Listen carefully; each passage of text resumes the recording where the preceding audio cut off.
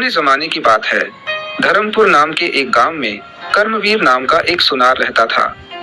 उसका काम सिर्फ सोना बेचना ही नहीं, बल्कि अगर किसी जरूरतमंद को जरूरत पड़ती तो वह अपना सोना उसके पास गिरवी रखकर उन्हें ब्याज पर पैसे भी दे देता था।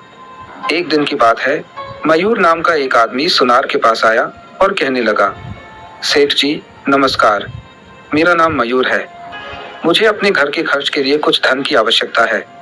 मुझे मालूम हुआ है कि आप सोना गिरवी रखकर ब्याज पर पैसे देते हैं, इसीलिए मैं आपके पास आया हूँ। सुनार ने कहा, तुमने बिल्कुल ठीक सुना है। मैं कर्ज के रूप में धन दे दूंगा, लेकिन तुम्हारी कोई भी कीमती वस्तु मेरे पास गिरवी रखनी होगी। बताओ, तुम्हारे पास ऐसी कोई वस्तु है? मयूर बोला, सेठ जी मुझे यह बात पता है, इसीलिए मैं अपने साथ अपने पुश्तैनी गहनों में से एक सुंदर हार लेकर आया हूँ। आप इसे अपने पास गिरवी रख लीजिए और मुझे धन दे दीजिए। ठीक है, दिखाओ तुम अपना पुश्तैनी हार, सुनार ने कहा। इसके बाद सुनार ने मयूर से वह गहने लेकर उनकी जांच करने लगा। जब उसे इस बात की तसल्ली हो गई कि गहने असली सोने के बने हुए हैं, तो सेठ ने मयूर को कर्ज के रूप में कुछ धन दे दिया और फिर कहने लगा, देखो मयूर, वैसे तो मैं इतनी आसानी से किसी को धन नहीं देता, लेकिन तुम्हें देखकर लगता है कि तुम सचमुच किसी मुसीबत में हो। बस इसीलिए मैंने यह हार गिरवी रखकर तुम्हें पैसे दे दिए हैं। अब जब भी तुम्हारे पास कर्ज चुकाने लायक पैसे हो, तो तुम ब्याज समेत मेरी रकम वापस करके अपने गहने ले जा सकते हो।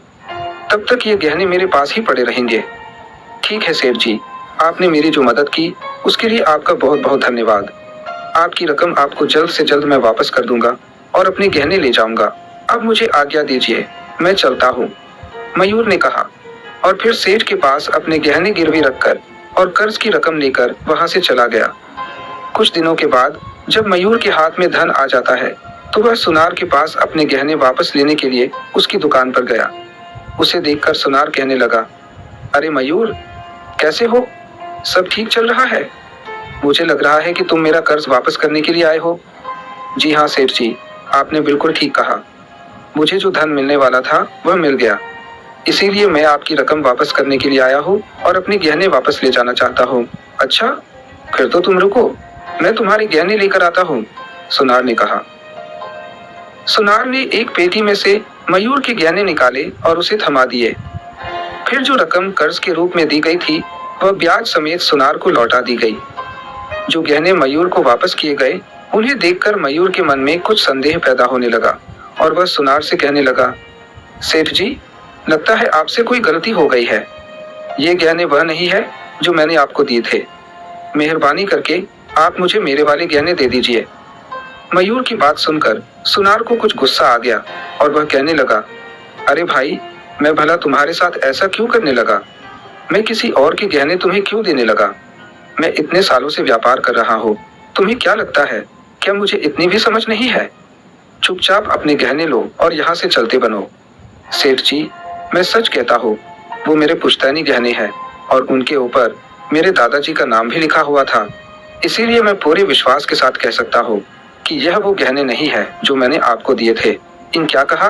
गहनों के ऊपर तुम्हारे दादाजी का नाम लिखा हुआ था, लेकिन तुमने यह बात मुझे नहीं बताई। देखो, तुमने यही गहने मुझे देकर पैसे उधार लिए थे।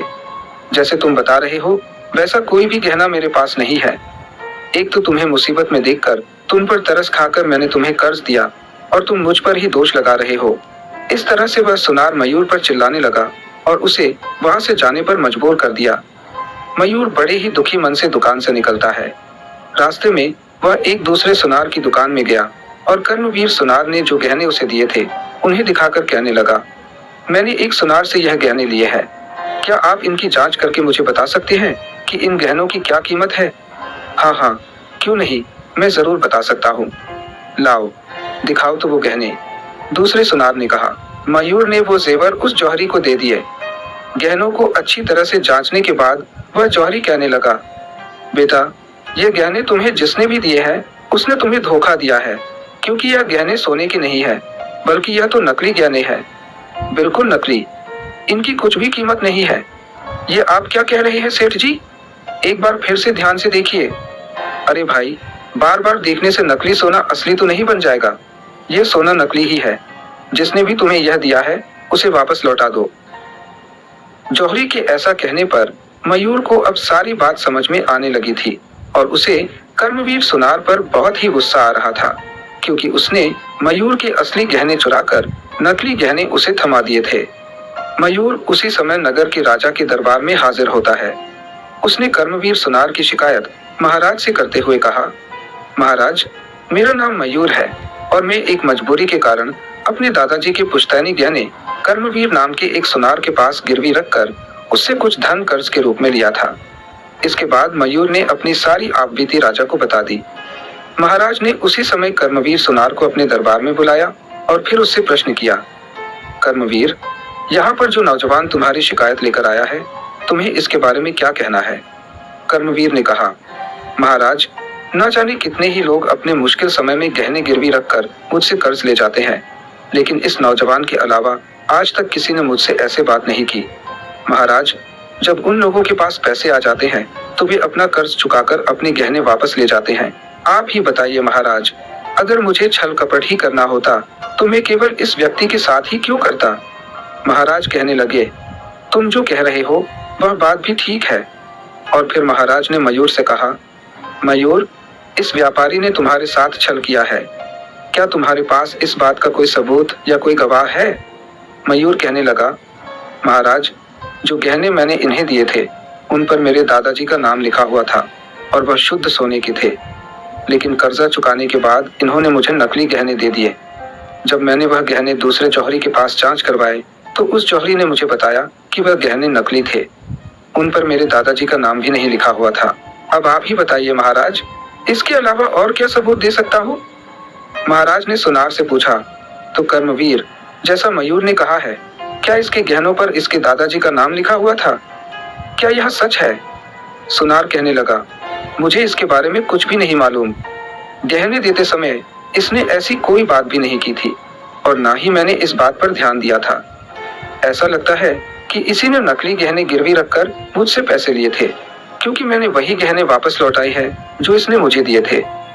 मैंने इसके साथ कोई छल नहीं किया महाराज, बल्कि उल्टा इसी ने मेरे साथ विश्वासघात किया है। नकली सोना देकर इसने मुझसे कर्ज लिया। महाराज ने कहा, तुम दोनों की बातें सुनकर मुझे किसी पर भी विश्वास नहीं हो रहा, लेकिन मयूर ने जो गहने गिरवी रखे थे वह असली है या नकली, इस बात का कोई भी प्रमाण नहीं है। इसीलिए तुम दोनों यहाँ से जा सकते हो।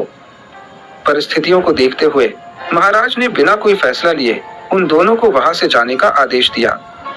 महाराज की बात सुनकर सुनार तो बहुत ही खुश था और वह अपने घर की तरफ चल दिया, लेकिन मयूर अपने असली गहने खो देने के कारण बहुत ही दुखी मन से वहां से गया। उन दोनों के जाने के बाद महाराज ने अपने एक मंत्री को अपने पास बुलाया और कहने लगे, मंत्री जी, आज मैंने दरबार में इन दोनों लोगों का मामला सुना। उसमें मैंने कोई निर्णय नहीं दिया, लेकिन मुझे अनुमान लग गया है कि इन दोनों में से किसके साथ न्याय हुआ है और किसके साथ अन्याय हुआ है। मुझे तो पूरी तरह से उस सुनार कर्मवीर पर संदेह है, वही बेईमान है। आपका इस बारे में क्या विचार है? मंत्री कहने लगा, महाराज, हमारे पास इस समय किसी भी तरह का कोई प्रमाण नहीं है, तो क्या आप मुझे बता सकते हैं कि आपको सुनार पर संदेह क्यों है? महाराज बोले, मुझे सिर्फ संदेह ही नहीं बल्कि पूरा विश्वास है कि वह सुनार ही असली अपराधी है, क्योंकि सुनार ने कहा था कि उसे नौजवान ने जो जेवर दिए थे वह नकली ही थे, लेकिन कोई भी सुनार नकली सोने को असली सोना समझने की गलती कभी नहीं कर सकता। इसके अतिरिक्त अगर उस नौजवान मयूर को सुनार के साथ धोखा करना ही होता तो वह कर्ज के रूप में ली गई रकम को ब्याज समेत वापस करने आता ही क्यों? अब तुम ही बताओ, क्या यह उचित हो सकता है? इसीलिए मुझे पक्का विश्वास है कि सुनार ने ही उस नौजवान के साथ धोखेबाजी की है, लेकिन अब समस्या यह है कि इस बात का कोई भी सबूत हमारे पास नहीं है जो यह बात साबित कर सके। इसीलिए हमें क्या करना चाहिए मंत्री जी? मंत्री कहने लगा, महाराज, जिस प्रकार आप बता रहे हैं मुझे भी उस सुनार पर ही संदेह हो रहा है। यह भी हो सकता है कि सुनार ने इससे पहले भी कई लोगों के साथ छल किया हो। आप आदेश कीजिए, मैं सिपाहियों को भेजकर उस सुनार को कैद कर लेता हूँ, फिर वही सारी सच्चाई बताएगा। नहीं मंत्री जी, अगर उसे इस समय कैद किया गया तो हम उसके अपराध को साबित नहीं कर पाएंगे। मैं चाहता हूँ कि उसे रंगे हाथों पकड़ा जाए। इसके लिए हमें सुनार की वह पेटी बरामद करनी होगी जिसमें वह अपने सभी गहने सुरक्षित रखता है। तो कुछ ऐसा किया जाए कि सुनार की वह पेटी हमारे राज दरबार तक पहुंच जाए। तभी हम उस सुनार की बेईमानी को साबित कर सकते हैं। महाराज ने अपने मंत्री को सारी योजना बताई। सारी योजना जानने के बाद मंत्री कहने लगा, सचमुच महाराज, आपकी योजना के अनुसार यदि कार्य किया गया तो अवश्य ही वह बेईमान सुनार रंगे हाथों पकड़ा जाएगा। अगले दिन मंत्री ने अपने एक सबसे भरोसेमंद सिपाही, जिसका नाम चंद्रशेखर था, उसे अपने पास बुलाया और कहने लगा, सुनो चंद्रशेखर, जो बात मैं तुम्हें समझाने वाला हूँ बड़े ही ध्यान से सुनो। यह कार्य मैं तुम्हें सौंप रहा हूँ। तुम्हें बिना किसी को भी बताए बड़े ही गुप्त तरीके से इस कार्य को पूरा करना है। आप निश्चिंत रहे मंत्री जी, आप जो भी कार्य मुझे सौंपेंगे मैं आपके कहे अनुसार ही करूंगा। आप बताइए तो सही कि मुझे क्या करना है। मंत्री ने एक कंगन चंद्रशेखर को देते हुए कहा, यह कंगन देखो, इसे तुम अपने पास रखो और एक साधारण आदमी का भेष धारण करके कर्मवीर सुनार के पास जाओ। किसी भी तरह से बहला फुसला कर यह कंगन कर्मवीर सुनार के पास गिरवी रखकर कुछ धन लेकर आओ। चंद्रशेखर ने जवाब दिया, यह तो मेरे लिए कोई बहुत मुश्किल काम नहीं है। इसके बाद चंद्रशेखर ने अपना भेष बदला और कर्मवीर सुनार के पास जा पहुंचा। सुनार से कहने लगा, सेठ जी, मैं एक बाहर गांव से आया हूं और यहाँ पर व्यापार शुरू करना चाहता हूँ, लेकिन मेरे पास इस कंगन के अलावा और कोई संपत्ति नहीं है। इस कंगन का मूल्य 5000 से अधिक होगा। क्या आप इस कंगन को खरीदेंगे? सेठ कर्मवीर को संदेह होने लगा कि यह कंगन नकली है, इसीलिए वह कंगन को लेकर अच्छी तरह से जांच करने लगा। कर्मवीर को विश्वास हो गया कि सचमुच कंगन असली ही था, लेकिन उसे इस बात का भी संदेह हुआ कि सामने वाला व्यक्ति कोई व्यापारी तो नहीं लगता, यह अवश्य ही कंगन को चोरी करके लाया है, यानी यह कंगन चोरी का माल है, इसीलिए यह कंगन मुझे कम से कम कीमत पर खरीदना चाहिए। यह सोचकर कर्मवीर कहने लगा, भाई, मैंने इस कंगन की जांच कर ली है, लेकिन जितना तुम बता रहे हो यह कंगन उतना भी कीमती नहीं है। इसकी कीमत तो सिर्फ 1000 ही है। इसके ऊपर मैं तुम्हें 1 पैसा भी नहीं दे सकता। तुम्हें अगर बेचना है तो बताओ, वरना यहाँ से चलते बनो। सेठ जी, ये तो बहुत ही कम कीमत है। आप कम से कम मुझे 2000 तो दे दीजिए। मुझे धन की बहुत ज्यादा आवश्यकता है, इसीलिए मैं इसे कम भाव पर बेच रहा हूँ। चंद्रशेखर के ऐसा कहने पर कर्मवीर सोचने लगा, 5000 की कंगन के 2000 मान रहा है, मैं इसे और भी कम कीमत करवा सकता हूँ। ऐसा सोचकर वह चंद्रशेखर से कहने लगा, देखो भाई, तुम बहुत ज्यादा कीमत लगा रहे हो। एक काम करो, तुम 500 और ले लो, यानी 1500 में यह कंगन मुझे दे दो। अब तुम्हारी मर्जी। ठीक है सेठ जी, मुझे 1500 ही दे दीजिए। मैं कंगन आपको देने को तैयार हूँ, क्योंकि मेरे पास कोई और चारा नहीं है। मैं बहुत ही जल्दी में हूँ। इसके बाद चंद्रशेखर धन लेकर वहां से चला गया। सुनार कर्मवीर ने उस कंगन को अपनी पेटी में रख लिया कि तभी वहां पर एक सिपाही आ पहुंचा और कहने लगा, सेठ जी, मुझे आपसे एक सहायता चाहिए। अचानक एक सिपाही को वहां देखकर कर्मवीर घबरा गया। कुछ देर तक सोचने के बाद वह कहने लगा, अरे सिपाही जी, मैं आपकी क्या सहायता कर सकता हूँ, बताइए। दरअसल बात यह है कि कल रात को राजमहल में गहनों की चोरी हो गई है। हमें संदेह है कि उस चोर ने चोरी का माल दुकानों में बेचना शुरू कर दिया है। हम नगर के हर एक सुनार से पूछताछ कर रहे हैं, इसीलिए आपसे भी पूछताछ करने आए हैं। अगर आप हमारा सहयोग करेंगे तो जल्दी ही हमारा काम पूरा हो जाएगा और हम यहाँ से चले जाएंगे। ये सुनकर कर्मवीर कुछ घबरा गया। उसे समझ में नहीं आ रहा था कि क्या करूं और क्या ना करूं। वह कहने लगा, अरे सिपाही जी, मैं उस तरह का आदमी नहीं हूँ। मेरे पास तो सिर्फ मेरे बनाए हुए गहने ही होते हैं। मैं किसी से भी चोरी का माल नहीं खरीदता। सिपाही कहने लगा, तो ठीक है महाशय, मैं आपकी वह पेटी देखना चाहता हूँ जिसमें आप गहने रखते हैं। यह कहते हुए सिपाही ने कर्मवीर सुनार की गहनों की पेटी अपने कब्जे में ले ली। गहनों की पेटी खोलने पर कंगन उसी में मौजूद था। कंगन उठाकर सिपाही कहने लगा, अरे यह तो वही कंगन है जो राजमहल से चोरी हुआ है।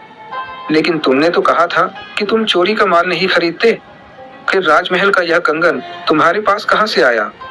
सिपाही की बात सुनकर सुनार समझ गया कि वह अब फंस चुका है, लेकिन अब किया भी क्या जा सकता था। वह सिर झुकाकर खड़ा हो गया। सिपाही उसे गरजते हुए कहने लगा, चलो, ये पेटी उठाकर मेरे साथ राजमहल चलो।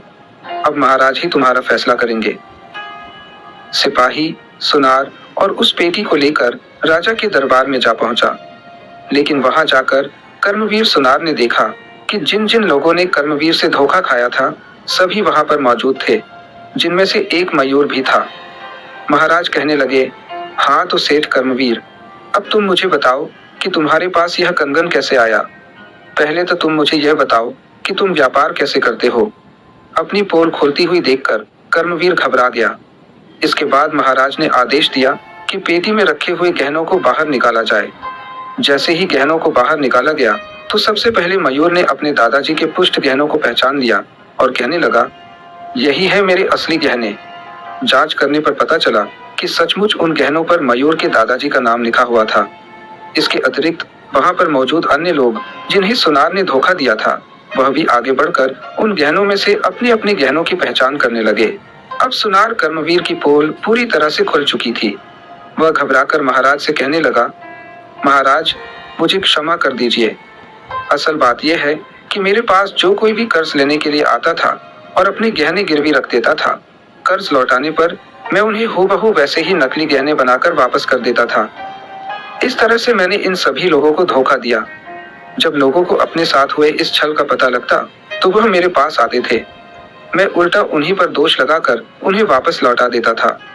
ये कंगन चोरी का कंगन है, ऐसा मुझे अनुमान हो गया था, लेकिन फिर भी मैंने बहुत ही कम कीमत पर इसे खरीदा। इस तरह से कर्मवीर ने अपनी सारी बात महाराज को बता दी। इसके बाद महाराज कहने लगे, ध्यान से सुनो कर्मवीर, मुझे पहले से ही तुम पर संदेह हो चुका था। इसीलिए मैंने तुम्हें रंगे हाथों पकड़ने के लिए अपने एक भरोसेमंद आदमी को तुम्हारे पास वह कंगन लेकर भेजा था। उस कंगन को देखकर तुम्हारे मन में लालच आ गया और तुम फंस गए। महाराज, मुझसे बड़ी ही भूल हो गई, मुझे क्षमा कर दीजिए। नहीं कर्मवीर, तुमने जो अपराध किया है वह कोई साधारण अपराध नहीं है जिसके लिए तुम्हें क्षमा कर दूं। इसीलिए तुम्हें दंड तो देना ही होगा।